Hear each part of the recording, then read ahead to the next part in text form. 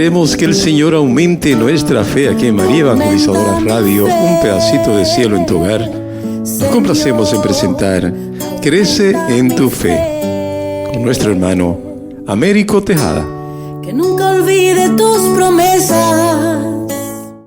Saludos en este glorioso día y bendiciones a los radio clientes que escuchan María Evangelizadora Radio, que están sedientos de la palabra de Dios. Les envío un saludo a su hermano Américo Tejada, de la parroquia San Simón Stock San José, que está localizada en el Bronx y pertenece a la Arquidiócesis de Nueva York. Estamos aquí todos los miércoles de 4 a 5 p.m. y los sábados de 9 a 10 a.m. hora de Nueva York. A los hermanos y hermanas que viven en la ciudad de Nueva York, que quieran ponerse en contacto con su servidor, pueden llamarme al 718-933-5299. En este segmento de estudio bíblico titulado Crece en tu fe, estamos estudiando el credo de los apóstoles, que es la profesión de nuestra fe católica, donde confesamos una sola fe en los misterios, en las doctrinas que solo podemos conocer gracias a la revelación divina que nos afirma que Dios es una trinidad de personas divinas y nos dice que no creemos en fórmulas, sino en las realidades que estas fórmulas expresan y que la fe nos permite tocar. Es nuestro acto de confianza en todo lo que Dios es, lo que nos dice y lo que nos pide. Nuestro objeto no es un enunciado, sino una persona, porque no se puede amar a quien no se conoce. Que los artículos de credo de los apóstoles nos acompañen en el camino hacia el conocimiento, que es nuestro camino hacia el amor. Pero antes vamos a comenzar con una oración y lo hacemos en el nombre del Padre, del Hijo y del Espíritu Santo. Señor, que todo lo que hagamos este día inicie con tu bendición y termine con tu ayuda. Que todo lo que digamos este día sea motivado por tu amor e inspirado por tu gracia. Que nuestras obras de este día reciban tu inspiración y perduren en tu paz. Todas estas cosas, Padre Celestial, te las pedimos en el luz y poderoso nombre de tu Hijo Jesús, que vive y reina en uno del Espíritu Santo, que eres Dios, por los siglos de los siglos. Amén. Los créditos de estudios bíblicos son dados al doctor Scott Hahn, a la Vila de Jerusalén y a la hermana Evelyn Morán y su ministerio de música. A los hermanos y hermanas que viven en el Bronx, para invitarlos a nuestro ciclo de oración de la parroquia San Simón Stock San José, que está localizada en el 2191 Valentine Avenue, esquina calle 182, comenzando con la misa a las 6:30 p.m. todos los viernes por la noche.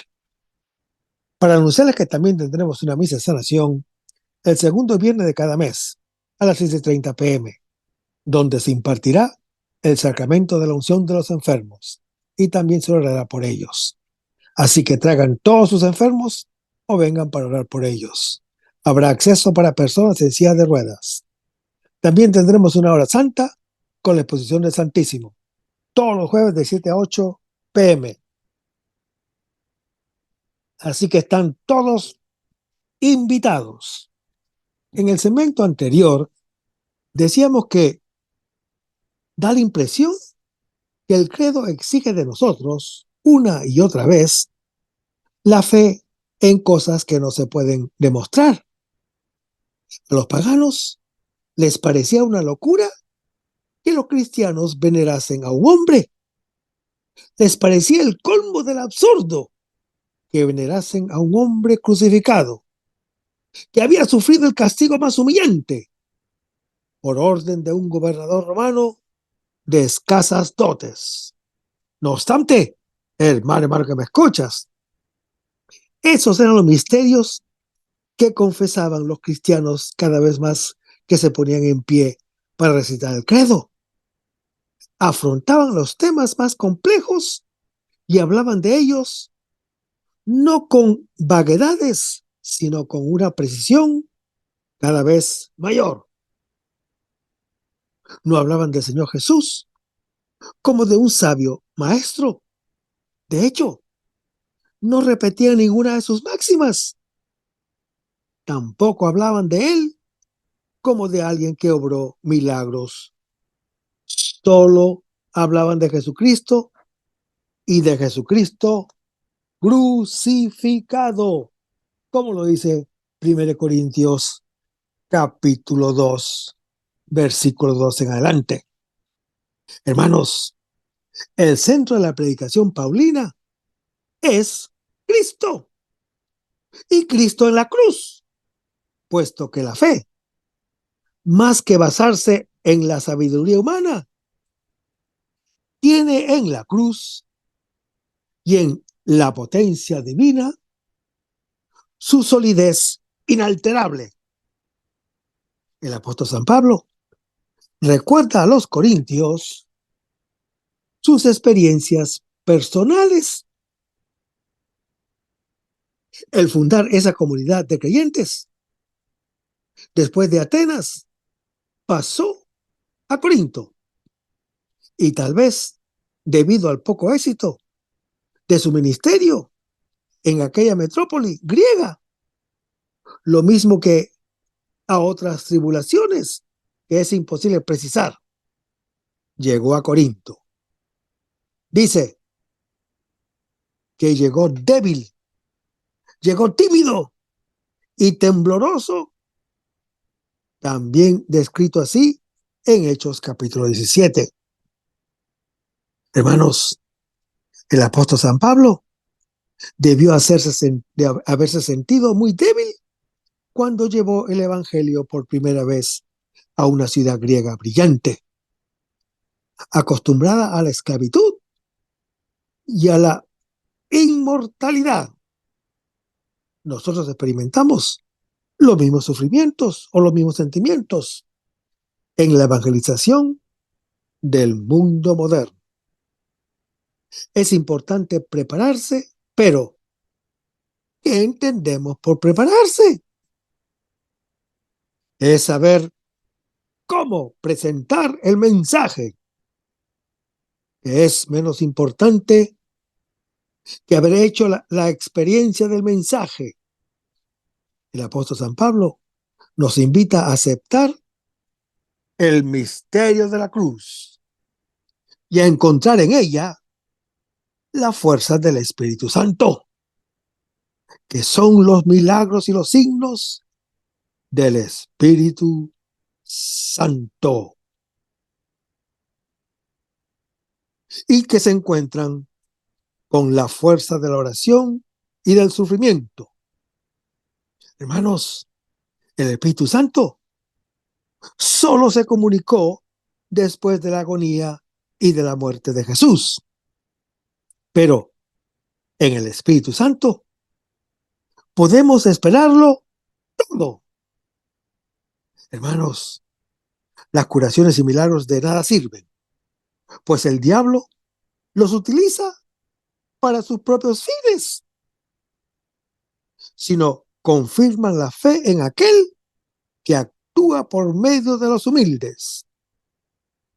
El apóstol San Pablo fue enviado para anunciar el misterio de Dios, es decir, el mensaje del amor de Dios para toda la humanidad, manifestado en la obra salvífica de Cristo, según lo anuncia el apóstol Pablo en su epístola a los Romanos capítulo 5.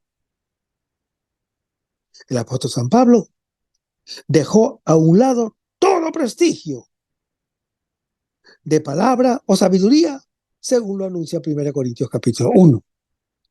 Y no quiso saber nada más que a Jesucristo y crucificado. Ese fue el tema de la predicación primitiva. La persona de Jesús, que es a la vez Mesías, y su muerte en la cruz, inseparable de su resurrección.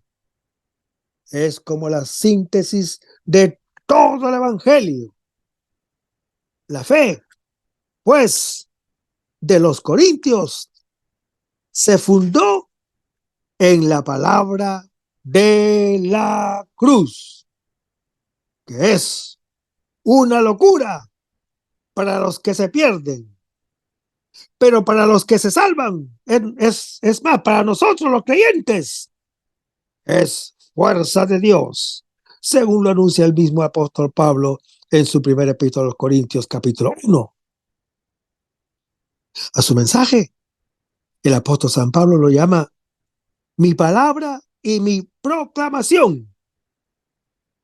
Hermanos, la palabra logos y querigma son aquí un duplicado retórico que equivale a mi evangelio, según lo anuncia 1 Tesalonicenses capítulo 1.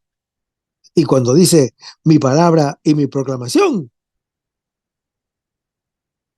no consistieron en palabras de sabiduría humana que tienen por finalidad persuadir a los oyentes para que brinden su adhesión a la tesis del orador, sino que se desplegaron en una demostración de espíritu y de fuerza, según lo anuncia 1 Tesalonicenses capítulo 1. Hermanos, esta demostración es una prueba decisiva que llega hasta lo más hondo del ser, donde tiene lugar las grandes decisiones de la vida.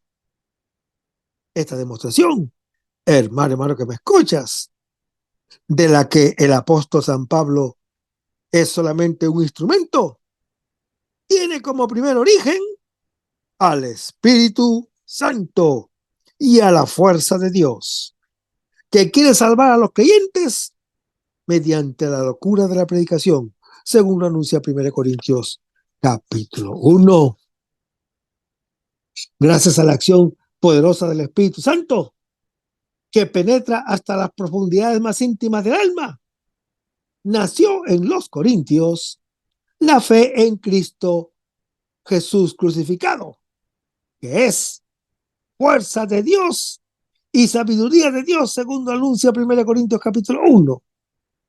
Hermanos, en los términos espíritu y fuerza, además de la acción interior del Espíritu Santo que convierte el corazón del hombre, puede también sobreentenderse la riqueza de carismas con que el Señor quiso fundar la iglesia de Corinto, según lo anuncia 1 Corintios capítulo 12.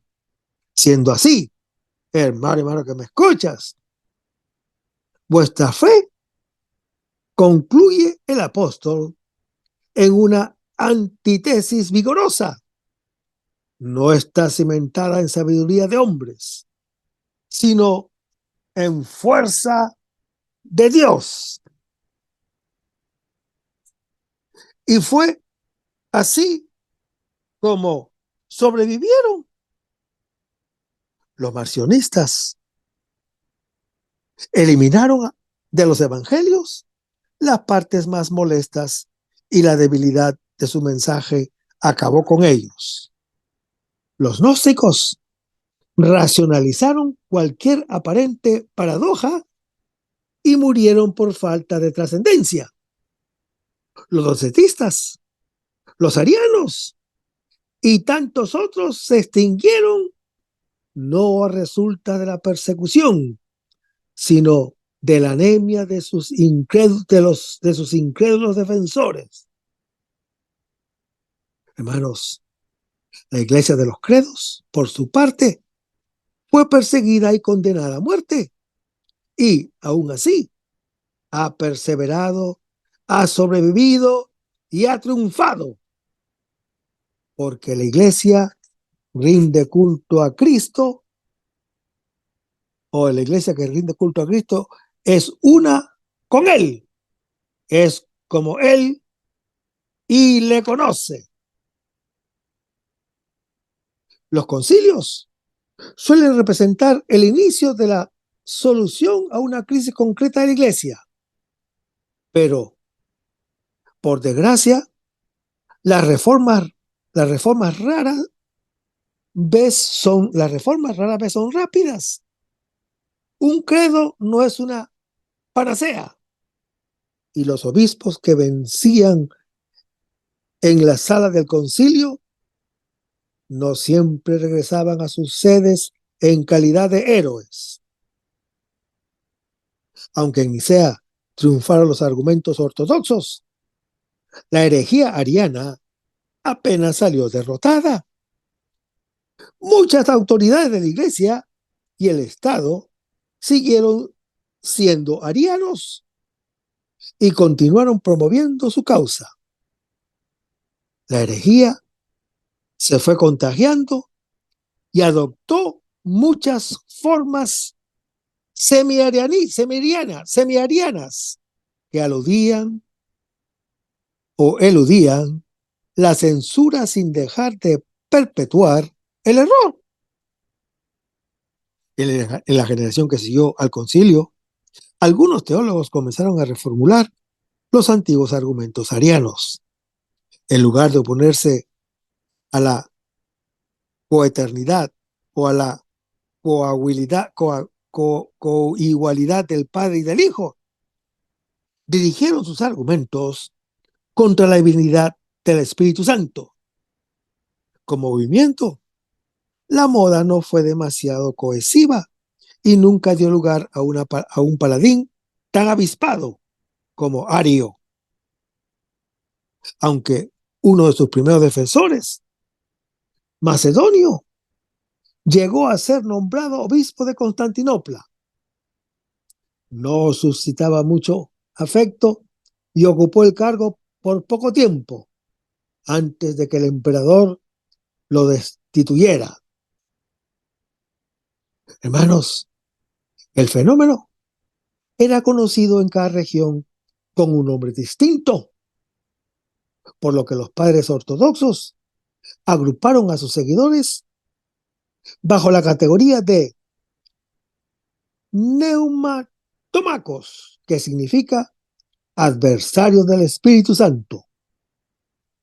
El movimiento cobró menos fuerza que el arianismo.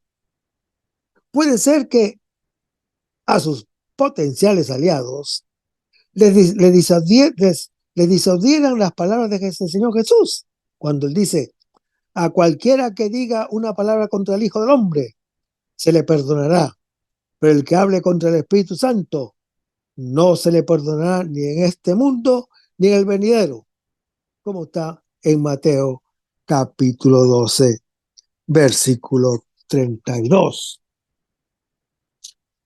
Hermanos, la blasfemia contra el Espíritu Santo es muy extensa. Veamos. La calumniar al Espíritu Santo se trata del que atribuye al maligno. Las actuaciones del Espíritu Santo, como cuando los escribas judíos calumnian a Jesús diciendo: está poseído por Beelzebú y por el príncipe de los demonios. Expulsa a los demonios y después decían de Jesús que está poseído por un espíritu inmundo. En Marcos capítulo 3. Dice: ni en esta vida ni en la otra. Hermanos, esta expresión judía significa que el pecado es imperdonable delante de Dios y delante de los hombres. ¿Cómo podrá ser perdonado quien se niega a reconocer al Espíritu Santo, portador de la misericordia? La persona que se niega a reconocer las obras del Espíritu Santo se excluye a sí mismo del perdón ofrecido por Dios. Leamos las Escrituras. Porque es imposible que cuantos fueron una vez iluminados gustaron el don celestial y fueron hechos partícipes del Espíritu Santo, saborearon las buenas nuevas de Dios y los prodigios del mundo futuro, y a pesar de todo cayeron. Se renueven otra vez, crucificando de nuevo al Hijo de Dios para su conversión y exponiéndolo a pública infamia. Lo anuncia Hebreos capítulo 6. Hermanos, el pecado contra el Espíritu Santo no consiste en el hecho de ofender con palabras al Espíritu Santo. Consiste, por el contrario, en el rechazo de aceptar la salvación que Dios ofrece al hombre por medio del Espíritu Santo, que actúa en virtud del sacrificio de la cruz. Hermanos, la blasfemia contra el Espíritu Santo es un pretendido derecho a perseverar en el mal, nos dice San Juan Pablo II. En este sentido, se dice que es irremisible. Hermanos, aquello del pecado contra el Espíritu Santo, que no tiene perdón de Dios, significa que Dios es tan generoso que perdona todos los pecados sin excepción alguna, pero pone una sola condición: que el hombre no sea de mala voluntad, pues mientras persista la mala voluntad, no hay arrepentimiento, y sin arrepentimiento no hay perdón. Ahora, eso fue precisamente el caso de los judíos. Dominados por el diablo, rechazaban la oferta de liberación y perdón que el Espíritu Santo les ofrecía en el Señor Jesús. Hermanos, el pecado contra el Espíritu Santo, por tanto, es aquella actitud maliciosa que, a sabiendas, rechaza la gracia del Espíritu Santo. Y mientras dure esa actitud, no hay perdón de Dios. En este sentido, dice el Señor Jesús, no se le perdonará ni en este mundo ni en el otro. Lo cual no quita que en el momento que el hombre abandone esa actitud impenitente, Dios enseguida está dispuesto a perdonarle. Hermanos, el pecado contra el Espíritu Santo es el pecado que cometen los que acusan al Señor Jesús de expulsar los demonios en nombre del jefe de los demonios. No reconocen la verdad que conocen. Mienten conscientemente contra el Espíritu Santo, que es verdad, según lo anuncia 1 de Juan, capítulo 5. Es el pecado de Ananías y Zafira, que lleva a la muerte, según lo anuncia Hechos capítulo 5. El diablo, desde el principio, conscientemente habla contra la verdad para engañar y matar. Mentir a sabiendas que se miente es diabólico. Este es el mal que no puede ser perdonado. Solo puede ser quemado. De él es necesario convertirse si se quiere el perdón. El cirujano no perdona el tumor, sino que lo extrae impecablemente. Con estas palabras, el Señor Jesús quiere quitar de nuestro corazón lo diabólico que nos impide acoger al Espíritu Santo, que es verdad y vida nuestra. Y lo logrará en la cruz, precisamente allí, donde el mal alcanza su fuerza extrema. Hermanos, peco contra el Espíritu Santo cuando sé que no tengo la razón y no quiero admitirlo, o cuando, en lugar de cuestionarme, me encierro en la defensa y en el ataque. Peco contra el Espíritu Santo incluso cuando quiero tener la razón a toda costa incluso a costa de la verdad. Hermanos, el pecado contra el Espíritu Santo es el orgullo que no conoce la propia estupidez y no acepta más verdad que la propia y cómoda certeza. Las blasfemias son un pecado directo contra Dios, atribuyéndole lo que no le corresponde o quitándole lo que le corresponde. Las falsas imágenes suyas que nosotros tenemos son blasfemias. El Señor Jesús vino a liberarnos con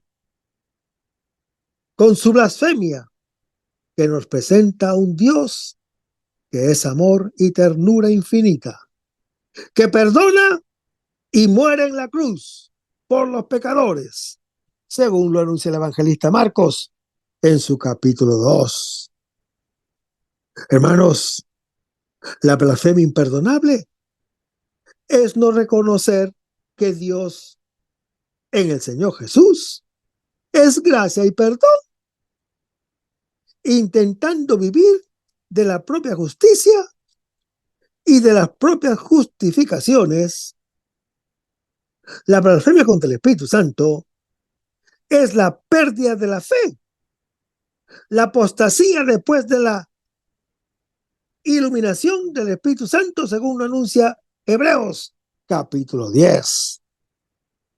Es un pecado imperdonable, no porque el Espíritu Santo no perdone, sino porque el que lo comete rehúsa convertirse. Un modo sutil de encapsularse en la inconversibilidad es el de adjudicarse lo que le pertenece, por lo que precede la buena fe, por la cual ya no se siente la necesidad de convertirse. Es el endurecimiento en la ceguera del que cree que ve y rehúsa el don de la vista, como los judíos en Juan capítulo 9. Es el pecado de quien no se reconoce pecador, ni necesitado de perdón, como el fariseo que se ensalzaba al lado del publicano en el templo de Jerusalén en Lucas capítulo 18. Es la hipocresía de Ananías y Zafira, que mienten para quedar bien en Hechos capítulo 5. Aún así, hermano que me escuchas, fue ganando terreno en buena medida porque los defensores más elocuentes de Nicea habían sido neutralizados. San Atanasio supo del movimiento contra la divinidad del Espíritu Santo mientras vivía en la clandestinidad, escondido en el desierto durante su tercer exilio de Alejandría. Fue allí donde recibió una carta de su amigo Serampión de Tumuis, en la que éste le informaba del número alarmante de cristianos que defendían la compatibilidad de la fe nicena con la creencia de que el Espíritu Santo era una criatura, tal vez un ángel. Atanasio vio en el movimiento de los neumatacos un arianismo envuelto con un papel distinto, cuyo objetivo era, esta vez, la tercera persona de la Trinidad en lugar de la segunda. La consecuencia no variaba. Una religión vagamente unitaria y la negación del culto a todo lo que no fuera el Dios supremo y único al que conocemos como el Padre, pero cuya paternidad no es eterna. Quienes declaraban la guerra al Espíritu Santo también se declaraban al concepto ordinario de salvación. Si en el bautismo los cristianos no recibían un Espíritu Santo verdaderamente divino, tampoco eran verdaderamente divinizados. Atanasio replicó con el primer tratado de la historia enteramente dedicado al Espíritu Santo. Su justamente famosa carta a Serapión. Detrás del suyo vinieron los de San Basilio Magno, Didimo el Ciego y San Gregorio Nacianceno. Los tratados fueron de ayuda. Demostraban, al menos a las élites, que la tesis de una Trinidad coeterna y coigual era ecristalística, era tradicional y era sólida. No obstante, la postura ortodoxa siguió siendo vulnerable, pues los credos establecidos, incluidos el de Nicea, no hacían del Espíritu Santo más que una mención. Esta crisis, al igual que la anterior crisis ariana, requería su propio concilio y un credo más completo. El concilio que afrontó esta crisis se celebró en Constantinopla en el año 381. No sabemos mucho de su desarrollo, pero sí que a los obispos neumáticos se les prohibió la entrada cuando se negaron a recitar el credo nicenceno. Ni siquiera fueron capaces de afirmar el mínimo indispensable cuando se dice creo en el Espíritu Santo.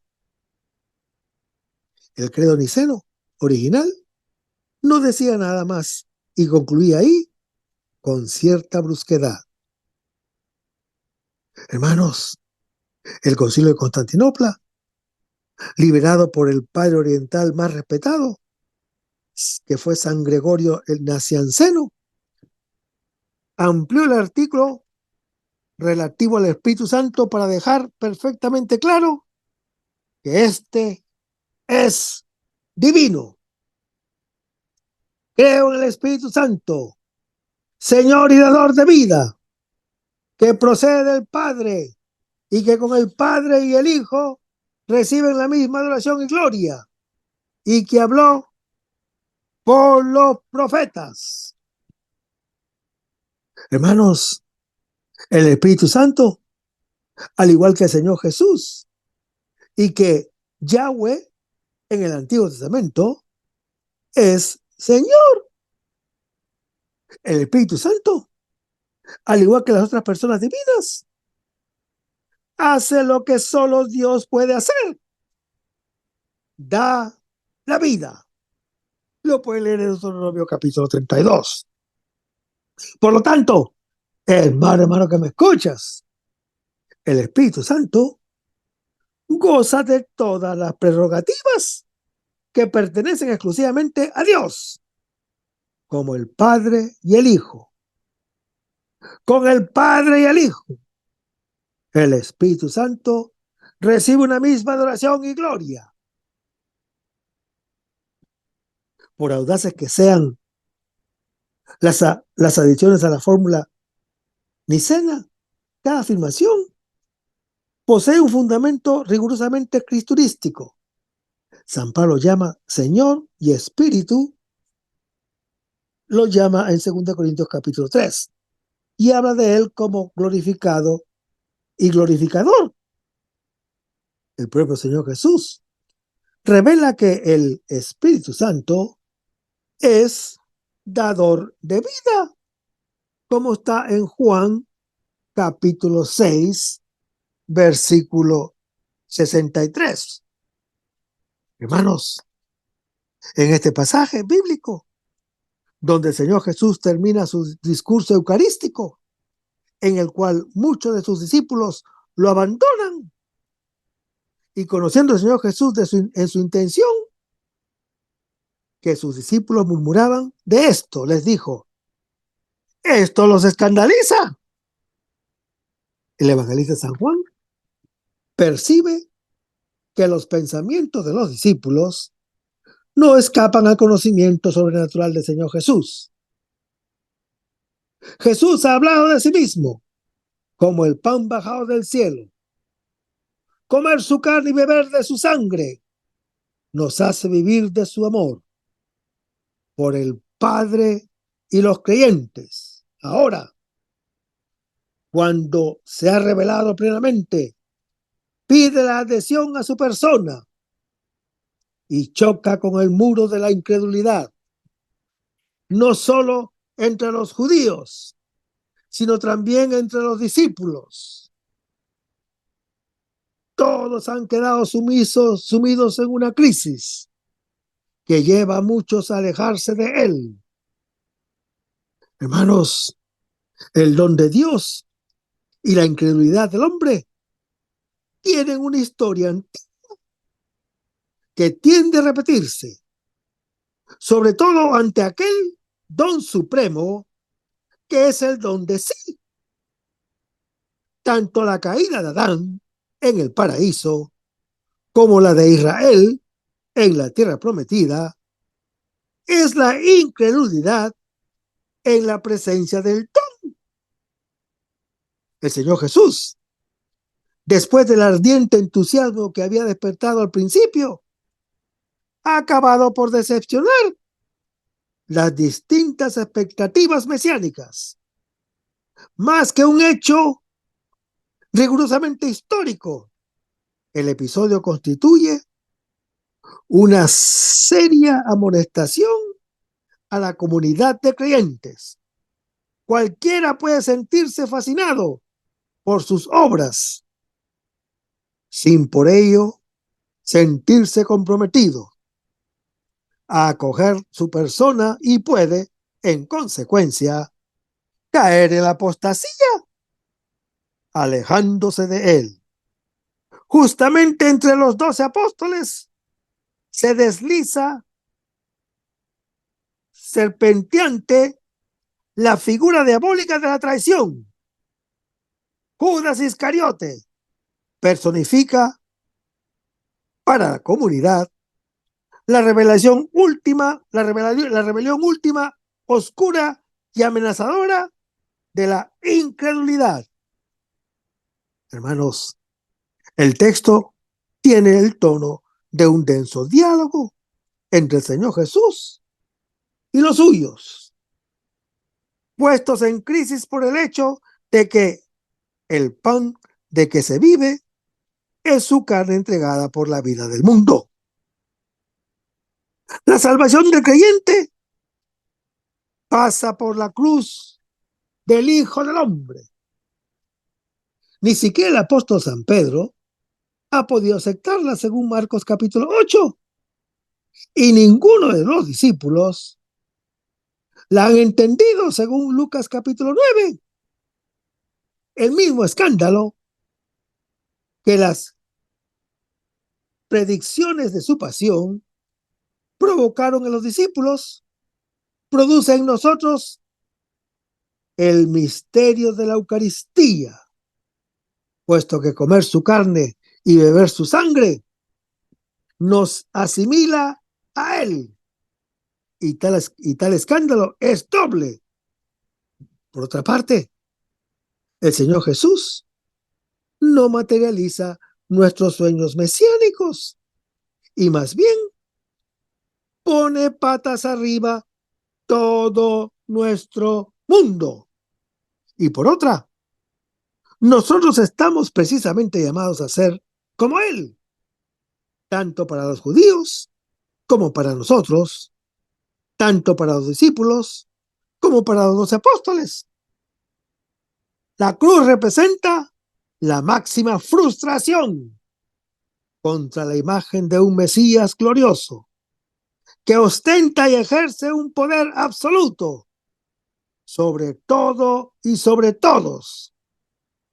Hermanos, el Señor Jesús se somete poniéndose en manos de todos, como el pan, en vez de dominar, se pone al servicio y su realización es su muerte en la que ofrece su vida por amor.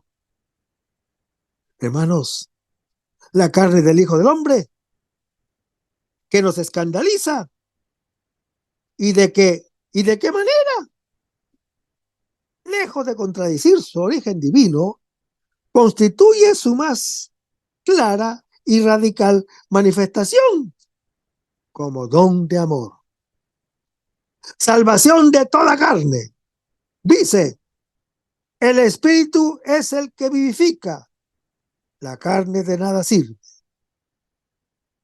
Hermanos, carne y sangre designan en la cultura hebrea el mundo de abajo en que se mueven los hombres, que es incapaz de captar el misterio de Dios. La Eucaristía, en cambio, contiene el cuerpo o la carne de Cristo resucitado. Es realidad transformada por el Espíritu Santo y que actúa en forma espiritual. El sentido inmediato es evidente. La vida proviene del Espíritu Santo, no de la carne, que tiene vida solo por el Espíritu Santo. Su carne terrenal no puede darnos el Espíritu Santo antes de subir, antes de dar la vida por nosotros. El grano de trigo, si no muere, no produce fruto, según Juan capítulo 12. Se presenta aquí una oposición entre espíritu y carne. Es el mismo contraste que aparece en Juan capítulo 3, donde el Señor Jesús dice, lo nacido de la carne es carne, lo nacido del espíritu es espíritu. Aquí el Señor Jesús habla de dos principios. La carne es el principio natural que se sitúa en el plano de las realidades de aquí abajo. Este principio, sin ser malo en sí mismo, es impotente para conocer y obrar las cosas de Dios, según lo anuncia Mateo capítulo 16. Pero el espíritu es el principio de arriba, que se sitúa en el nivel de las realidades divinas, y solo Él es capaz de producir vida eterna y hacer conocer las cosas de Dios, según lo anuncia Juan capítulo 4. El verbo vivificar, dar vida, que se predicaba del Padre y del Hijo, según Juan capítulo 5, se aplica ahora al Espíritu Santo. En la mente del Señor Jesús, su ascensión al Padre será necesaria, pues sólo así podrá dar ese alimento en el Espíritu Santo. Y sólo así podrá enviar al Espíritu de la verdad a sus discípulos y a todos los creyentes de todos los tiempos, el cual les comunicará vida eterna y les hará comprender cuanto les haya enseñado, según lo anuncia Juan capítulo 7. Dice, las palabras que yo os he hablado son espíritu y son vida. Hermanos, estas palabras que quitan el aliento, preguntan al corazón y matan. Sus palabras, que nos suenan duras e inaceptables, en realidad nos dan el aliento de Dios y nos abren a su vida espiritual. Hermanos, las palabras del Señor Jesús son espíritu de vida, es decir, pertenecen a la esfera de las realidades divinas, de las producciones del Espíritu Santo, de las cosas de arriba, o sea, de lo alto, y tienen fuerza eficaz en sí mismas. Son actos creadores de realidades sobrenaturales que superan los límites de la razón humana. Son productores de vida eterna. Por eso, no es de extrañar que un día su palabra transforme verdaderamente el pan y el vino en su carne y en su sangre. Como también lo afirma el apóstol Pablo en 2 Corintios capítulo 3. Y Jesús dice que el Espíritu procede del Padre en Juan capítulo 15, versículo 26.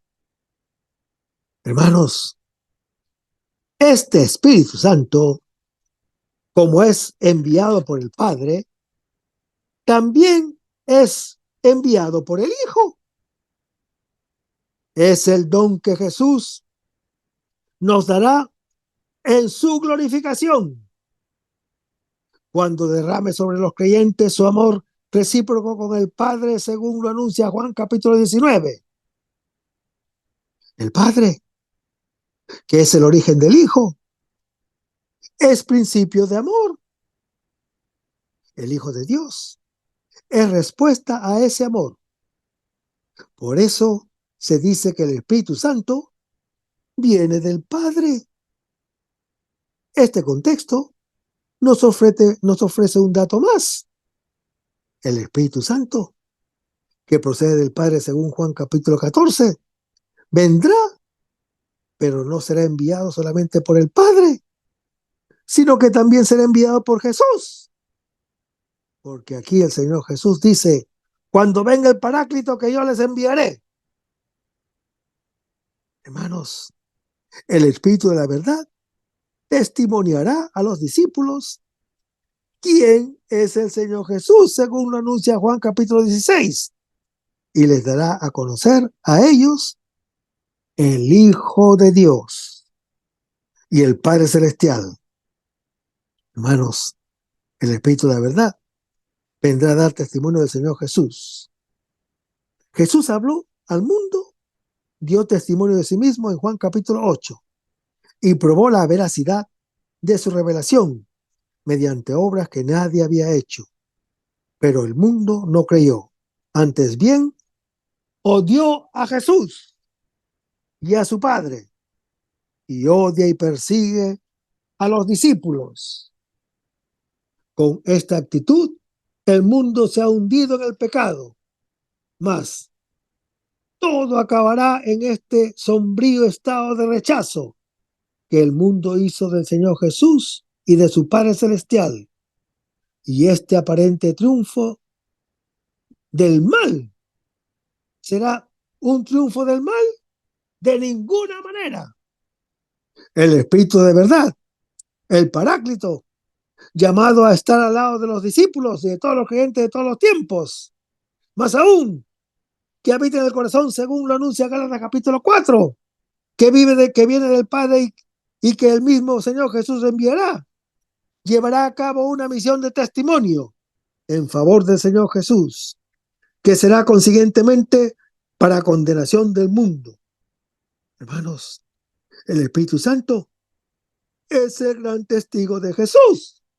Y el resto, hermano que me escuchas, lo vamos a ver en el próximo segmento.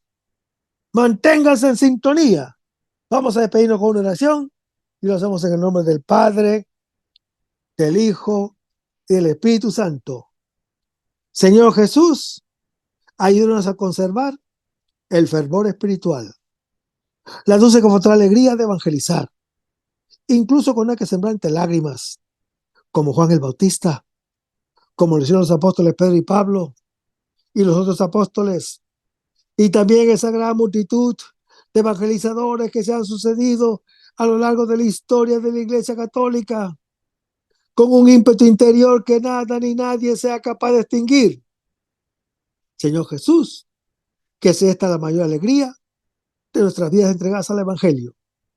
Y ojalá que el mundo actual pueda así recibir las buenas nuevas de tu Evangelio, porque tenemos la tarea de anunciar el reino de Dios y de implantar tu iglesia en este mundo que todavía no te conocen.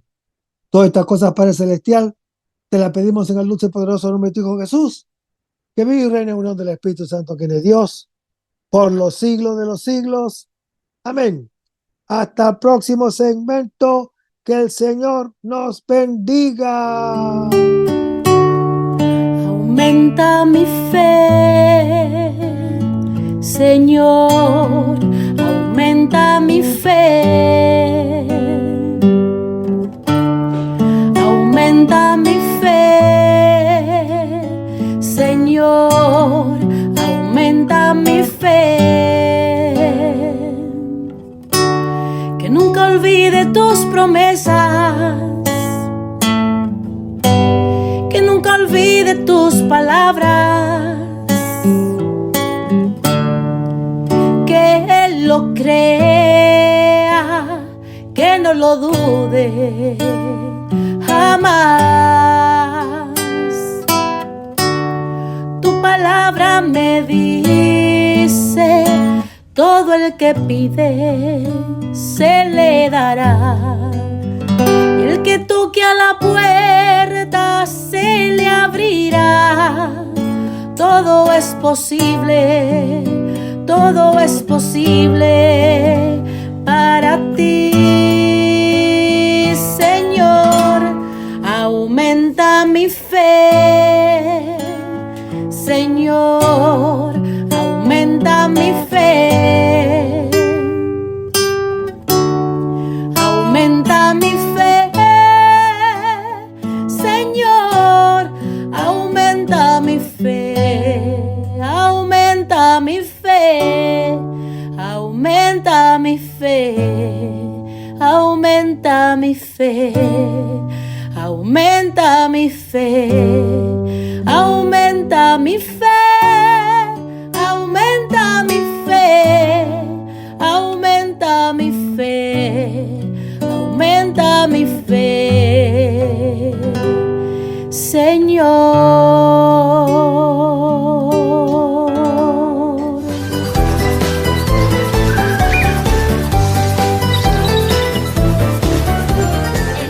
María Evangelizadora Radio. Un pedacito de cielo en tu hogar. Evangelizando para el mundo. 100% católica. Sí, yo estoy aprendiendo.